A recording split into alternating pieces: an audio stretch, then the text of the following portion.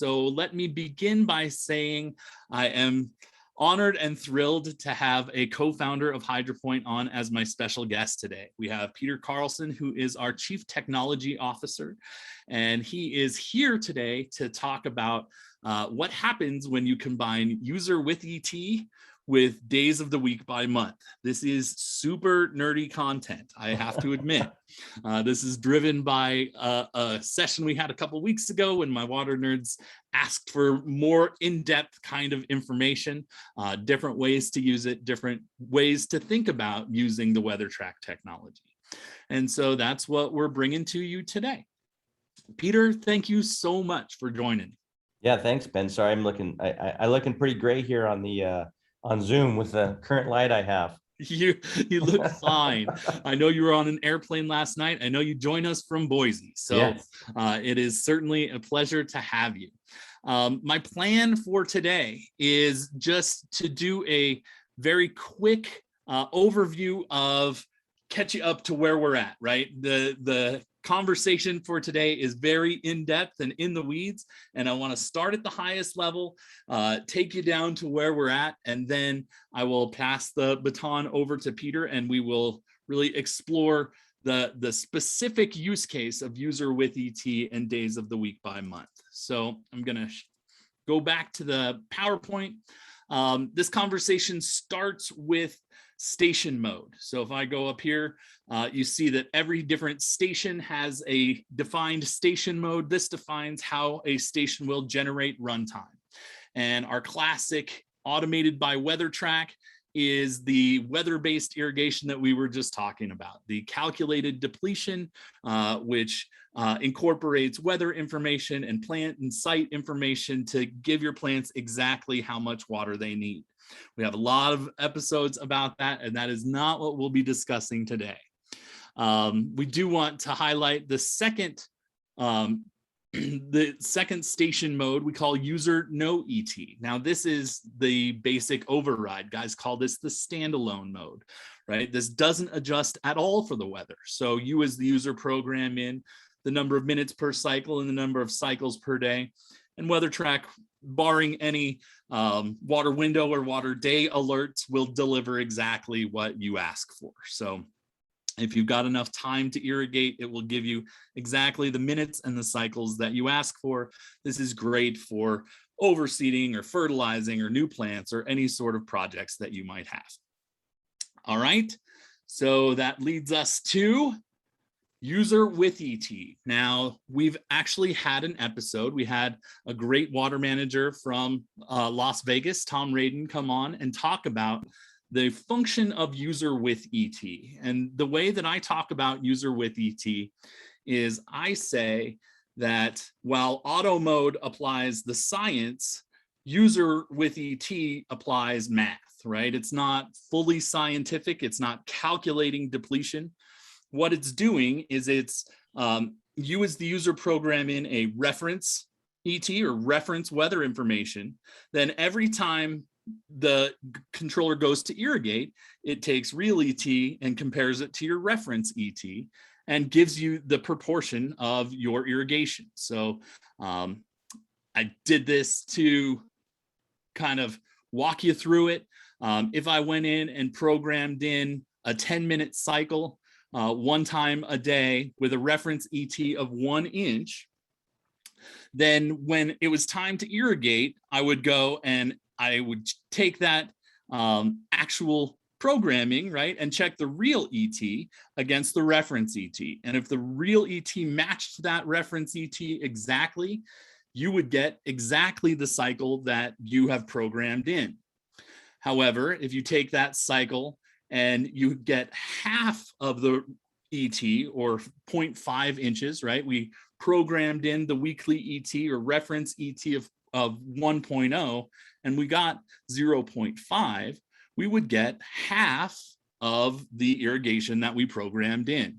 And likewise, if we program that in, same reference ET, but get a real ET of twice that or 2 inches, then we would get twice the irrigation. Now, this happens right at the start time, right? This is something that we do right at the start time, and all of that math really takes place right at the start.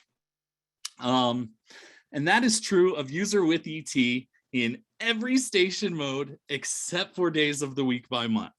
And when we switch it into days of the week by month, it looks at it just a little bit differently. And that's what we want to talk about today, right?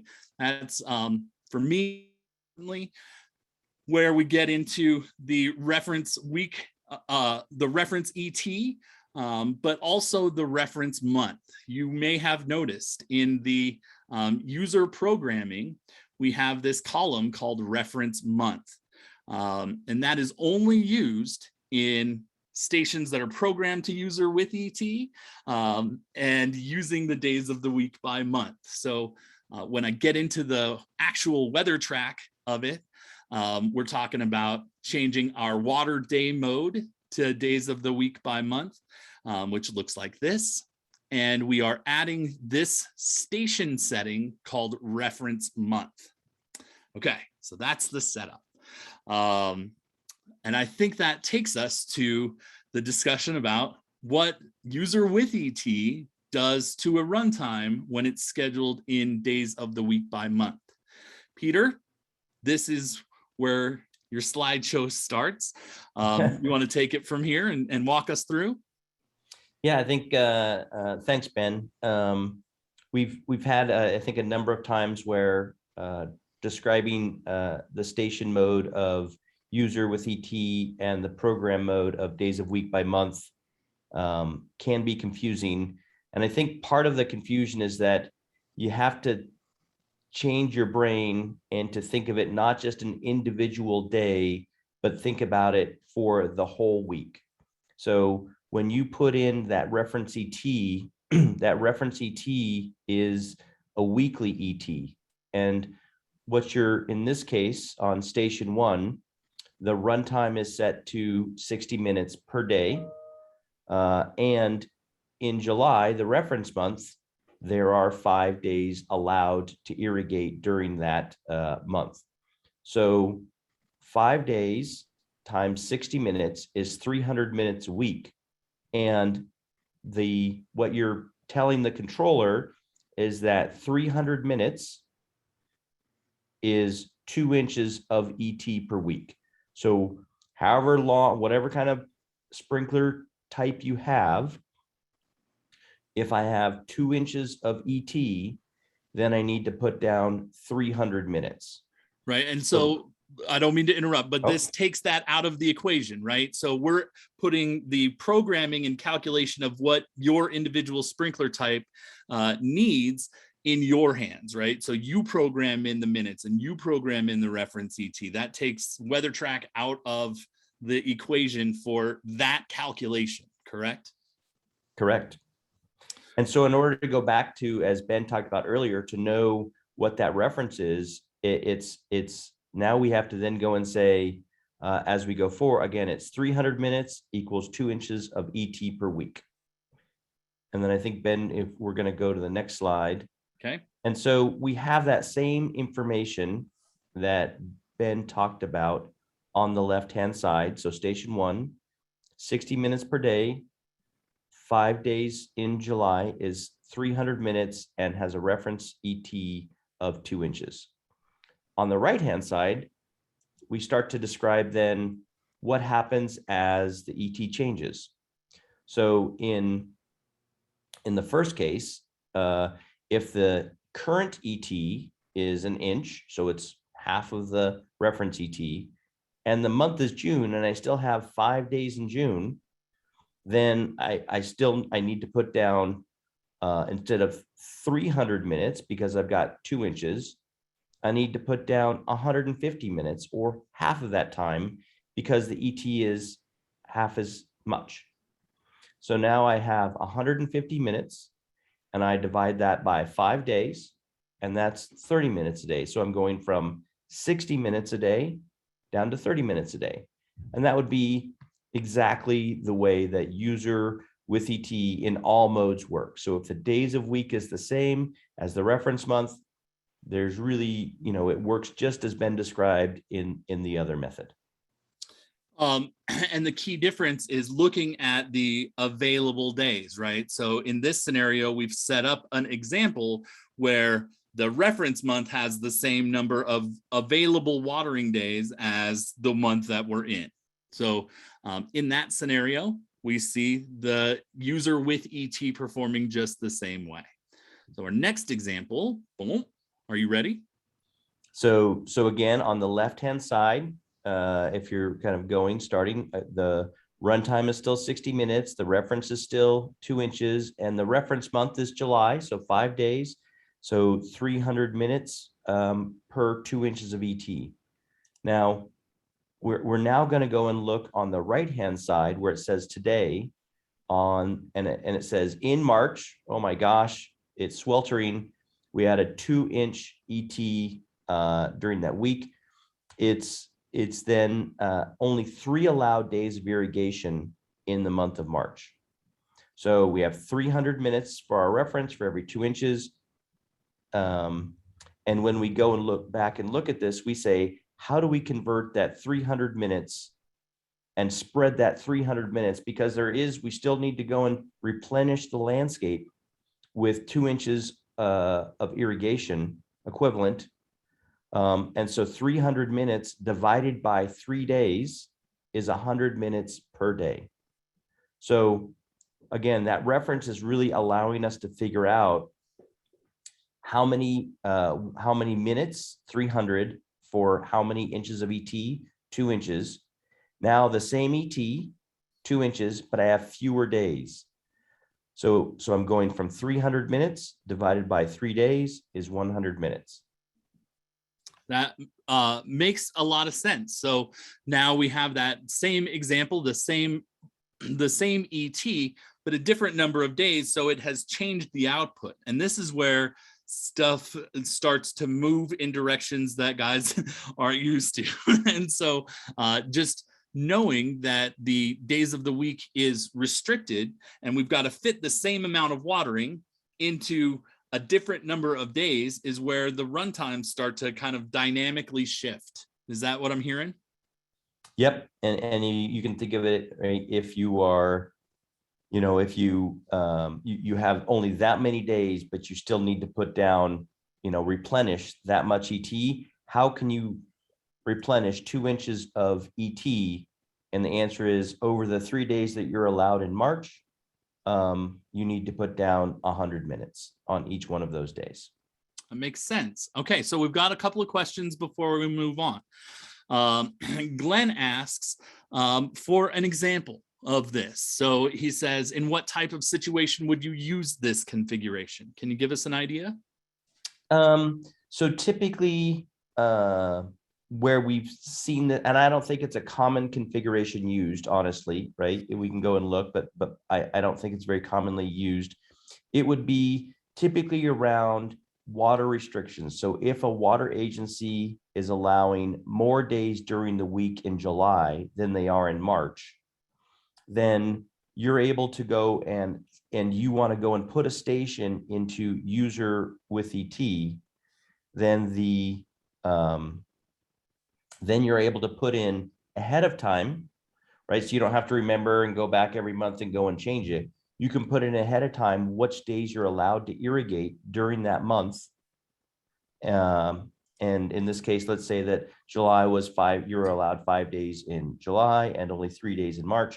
Now you're able to put all that 365 days, those different days of week restrictions into the system and be able to use it that way. So that would be the typical configuration that I've heard where people use this is when that's totally common. That is something that we see all the time. The best example I have off the top of my head is Vegas, that they have printed a different monthly day allocation based on the seasonal change in the high desert there. And so that's the users that I see using this are faced with that exact scenario. Great. And then I have another question from Leroy with WaterCentric. He says, can the system handle constant change in calculation of the reference ET? If a user is changing this weekly every Monday as a practice? It's 2 questions. I'll leave that. So does the system care if you change that every week? No, it goes and looks at that information, but I think we might have another session on maybe how to calculate that reference ET, right? I think that's a great question. What should that reference ET be? And then how many minutes should that reference ET be? So the answer is the system doesn't care what the reference ET is, just uses it as the reference, and you can change it anytime you want. But and the actual schedule changes at the start time, is that right? It does change. It would change at the start time, yes, of the next irrigation cycle. But going and figuring out so you don't have to change it as often.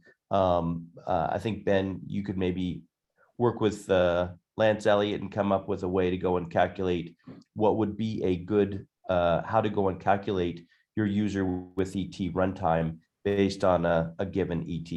Absolutely. So I'm not sure why you're changing it every week, but it's completely allowed, and everything should be okay. But the idea is that you're able to set it up once. And just so you know, during the user with ET, we showed you how to find a good localized reference ET for your microzone, both in real time on the manage page and in historical reference using the reporting. So if you want to look back at that episode, that'll give you a good guidepost on how to find that stuff for your controller. All right, let's go back to Leroy's question. Oh, in response, he says the weather is volatile in Arizona, and that's why he changes that every week. Okay. So I can see that. So he says also, how does the turf reference by month interact with this reference ET? And I'll take that if you don't mind. No, great. So remember that what you're talking about in that turf reference is probably auto mode, right? We're talking about using the crop coefficient that is auto mode, and we take that out of the equation. With the user defined programs, we're asking you to calculate the runtime. Does that sound right to you, Peter? Oh yeah. Yep. Okay. All right. So that is you know, let me encourage more questions. I love this. The reason that I have opened this up is so we can have these questions. So John Bannock from Site One says 100 minutes of runtime up above one cycle. I don't know. Wait a minute. I think what he's asking is, do you really have 100 minutes of runtime in one cycle, right? No runoff, no cycle time. Right. So can you talk a little bit about how the cycle and soak plays into that during the equation? Is that the next example, I think? You want to go to that? Or it might be the combination of changing the ET and changing the number of days, I think is the next one. Okay. But the short answer is it's 60 minutes of total runtime. That in our example, we're trying to make the math easy so we can all follow it. But really it's looking at the cycle time, and it could be, let's say it's 15 minutes, and then it would be 4 cycles. So 4 cycles times 15 minutes is 60 minutes. And that would be the equivalent math. So it's really, when we're looking at this, it's really then looking at 60 minutes of total runtime, and you can increase the number of cycles to ensure that you don't have runoff. Right. So we're looking at the total runtime, which is the runtime multiplied by the number of cycles. And that's what we're adjusting, but the same cycle and soak principles apply. So if you've programmed in cycle and soak, it only adjusts the runtime during that adjustment. Is that correct? Yep. Okay. So let's go. Tony, I hear your question and I'm coming back to it, but let me get through our examples first, because this might answer some of those questions. Is this where we were at? This is where we were at, and then I think we're ready to go to the next slide. Okay. So in this example, we're kind of changing two parameters, right? So we have, again, the same reference information, 300 minutes of irrigation is 2 inches for the week. Above where it says today, the current ET in this case is 1 inch or half of the reference. And I'm only allowed or have chosen to use 3 days of irrigation in the month of November, maybe due to water restrictions or other site restrictions. So I go and say, I'm now having 300 minutes. Since the current ET is half of the reference, I now move and say, I'm going to make that 150 minutes. And then 150 minutes divided by 3 days is 50 minutes total for that day. And then it will be distributed based on the number of cycles. But that's how that would go and change. So as the ET goes down, right, likely ET is going to be lower in November than it is in July. The number of days will honestly, if we did have a 60-minute cycle time with one cycle on the high side, if we did have that, right, the runtime is going to be actually about the same, right, if the ET is about half of the high ET, of the reference ET. Right. And so can you talk a little bit about how you would recommend that they set that if they were going to do one time? I know that we have talked about kind of a methodology of setting that up using July as the reference. Can you talk a little bit about that? Yeah, so just to ensure that you're not exceeding your cycle time, that you're not exceeding your that time, to ensure that you don't have runoff, choosing the month with the highest ET for your area, and choosing the then go and set up your reference schedule based on that highest ET is currently the recommendation. So in this case, we're assuming that July is the hottest month, that the highest ET or kind of max ET, and it doesn't have to be the max, it could exceed that value, but it's probably the highest ET, reasonable. And in this case, it's 2 inches, and we want to then go and replenish the landscape with 300 minutes of irrigation to be able to go and meet that demand of 2 inches of ET. And so going on that high side, then in this case, right, I'm going to half the ET, 1 inch. Now I'm just going to go down, and so all my cycle times will be less. They'll be divided by the number of cycles. Yeah, absolutely. So just to say that a different way, the way that it makes sense to me is I use the user with ET to kind of adjust everything down. So when I'm setting it up, I set it up as July. I look up a peak ET and kind of do all the math from there, how much irrigation I'll need, and what the ET looks like, and program that in and use July as the reference month, and then just turn everything down from there. We'll see less and less run times as ET gets lower. So I think that that's a fair way to do it across the entire season.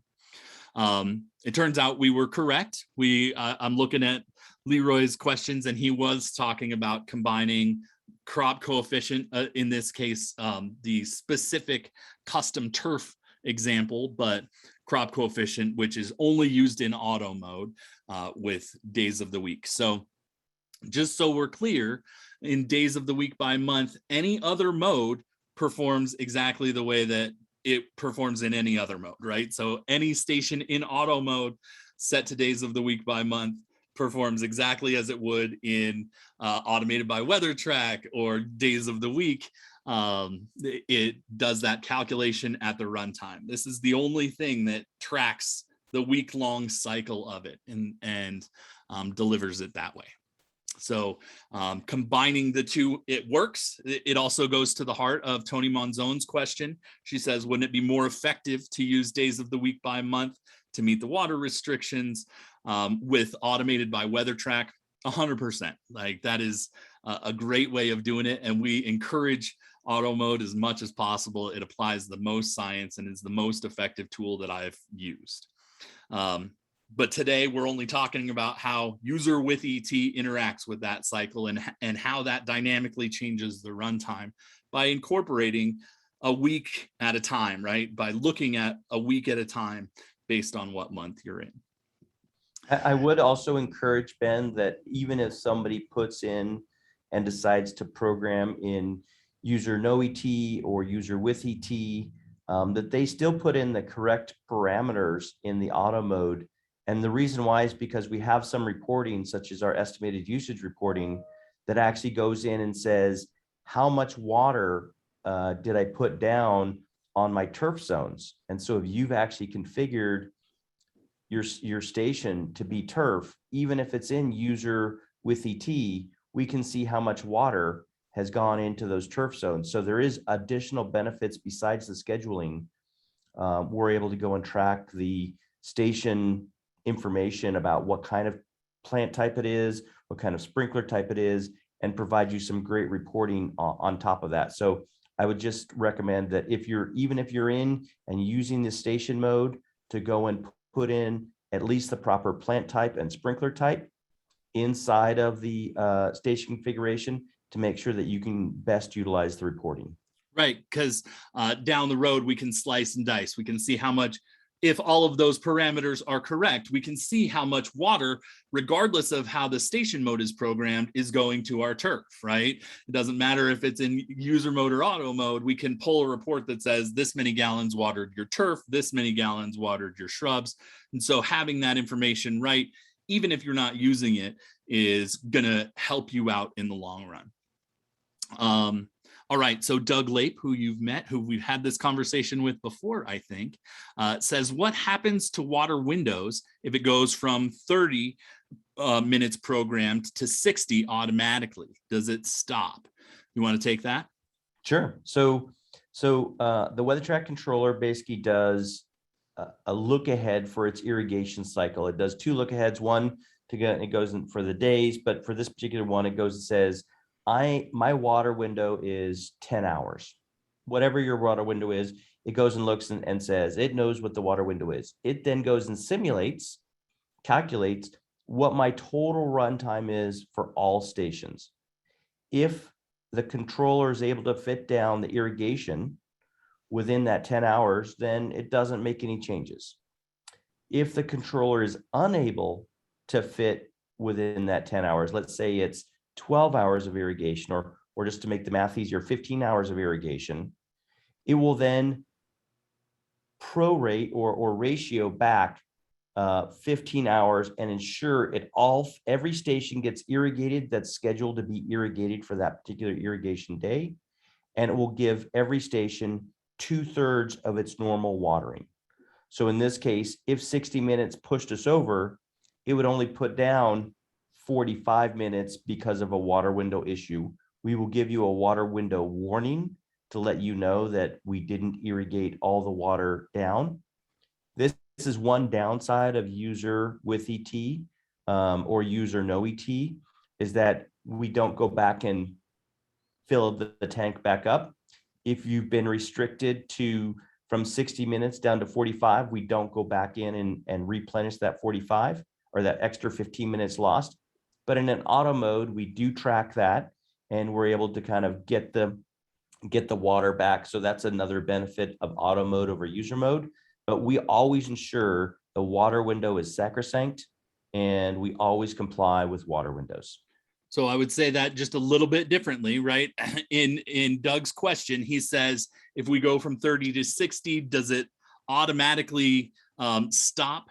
And the answer is only if it runs up against that water window alert, right? If you have enough time set that the irrigation can handle delivering all of the irrigation that it wants to, it will do that. So if you have enough time in the night to expand up to 60 minutes, awesome, we'll deliver all of that.